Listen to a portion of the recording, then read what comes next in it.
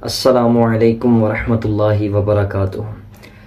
चप्पल पहनकर नमाज जनाजा अदा करना ये कैसा अमल है?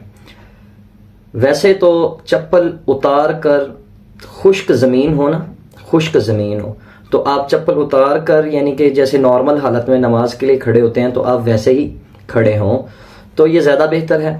लेकिन अगर मिसाल के तौर पर आपको ऐसा महसूस होता है कि ज़मीन पाक नहीं है तो आप चप्पल समेत भी नमाज अदा कर सकते हैं, लेकिन उसमें थोड़ी सी कराहत है। क्या कराहत है? उसमें यह कराहत है कि जनाब पता नहीं चप्पल किस किस जगह से गुजर कर आई है, पता नहीं चप्पल पाक है नीचे वाले हिस्से से कि नहीं पाक। तो इसलिए कई उलमाए कराम ने इस बात को लिया है कि आप चलें चप्पल पहन कर तो नहीं, कि इसमें भी शक है कि आपकी चप्पल नीचे से पाक है कि नहीं पाक, लेकिन आप चप्पल उतार लें, चप्पल के ऐसे ऊपर वाले हिस्से पर अपने पाँव को रख कर यानी कि आप खड़े होकर नमाज जनाजा अदा कर सकते हैं। तो इससे भी आपकी नमाज जनाजा हो जाएगी। यानी कि फिर भी शर्त है कि नीचे वाला हिस्सा पाक हो।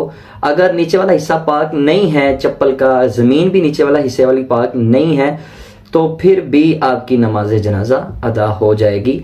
अगर आप चप्पल के ऊपर भी पाँव रख के खड़े होंगे तो भी नमाज जनाजा अदा हो जाएगी। चप्पल उतार कर साइड पर रख कर भी पढ़ेंगे तो भी नमाज जनाजा अदा हो जाएगी। अगर आपको महसूस या आपको पता है, यकीन है कि मेरी चप्पल पाक है, तो आप चप्पल पहन कर भी नमाज जनाजा अदा कर सकते हैं। तो इससे भी आपकी नमाज जनाजा अदा हो जाएगी।